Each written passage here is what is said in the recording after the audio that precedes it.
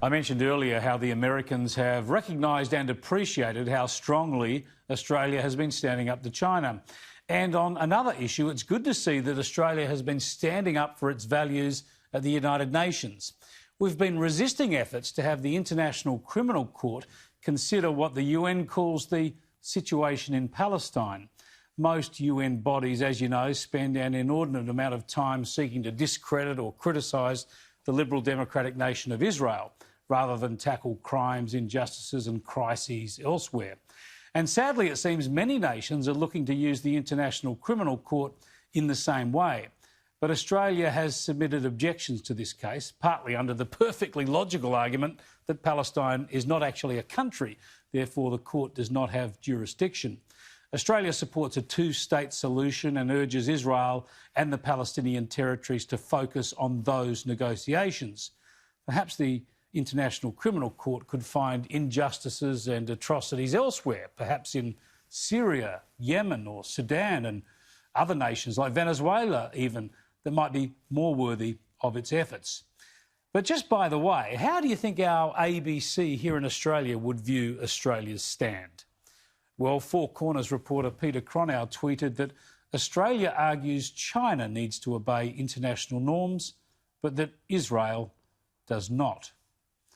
How very typical of the ABC view on Israel. To even compare the level of human rights accountability, transparency and scrutiny on Israel as compared to China is ludicrous. Let's cross live to Australia's former Foreign Minister, my former boss, Alexander Downer, now back in the UK. Thanks for joining us again, Alexander. Great to talk to you. Firstly, on the International Criminal Court, you helped sign Australia up to that. You must have been worried that the UN, other countries, would try and use it as a vehicle to, as they always do, attack Israel.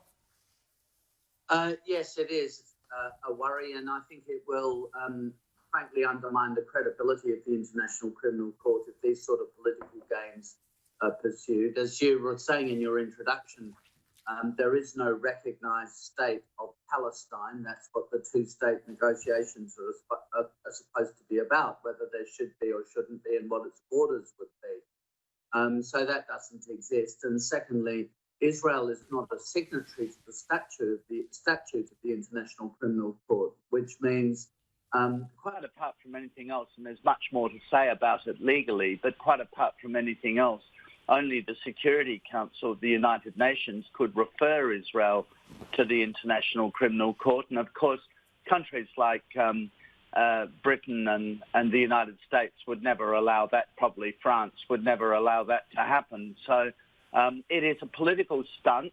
It's a political stunt that damages the International Criminal Court. And more than that, as you were also saying in your introduction, there is a huge focus on Israel in international institutions, particularly in the United Nations. I mean, in the UN building, which I have worked in, there is a whole section called the Office of Palestinian Affairs, which spends most of its time pointing daggers towards Israel. So I honestly think it undermines the credibility of these multilateral institutions when they spend so much time attacking a liberal democracy like Israel. Yeah, and good on Australia for standing up on the side of our values there at the UN. Now let's go to Osmin. In the pandemic, very difficult to travel. Shows how seriously Australia took this meeting for Maurice Payne and Linda Reynolds to go there. There's a new agreement that we're yet to see about force posture in the Indo-Pacific. What do you make of all this? Well, I think this is an important symbol, and it might also have very real practical effect of symbol of reinforcing the American network of alliances in the Indo-Pacific. I've always said there needs to be an appropriate balance of power in the Indo-Pacific. We don't want a policy of containment of China, but we want to know that China cannot just dominate the region. And to stop that happening, the Americans have to be fully engaged in the region, and we've got to work to keep the Americans fully engaged. And I think the fact that the two ministers have gone over there to Osmin at this difficult travel time, and they've signed up to well, as you say, we haven't seen the agreement, but they've signed up to an agreement. They have reinforced America's role in the region, I think it's very good. I mean, it won't be appreciated in China.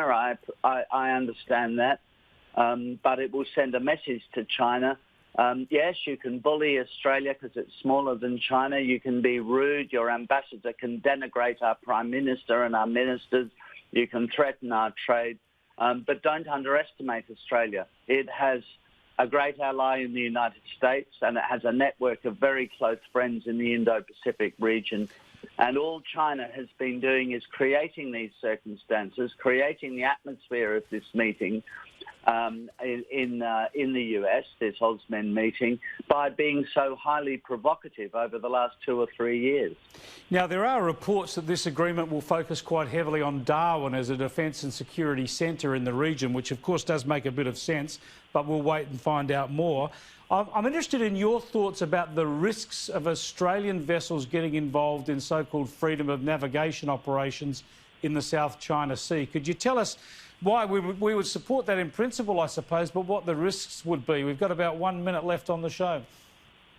Well, it depends where you go. Australia has been involved in freedom of navigation exercises, and we should be. But to go within 12 miles of the Chinese claimed islands without doing so with the US would be risky, because the Chinese would be prepared to attack us in ways they would never attack the United States.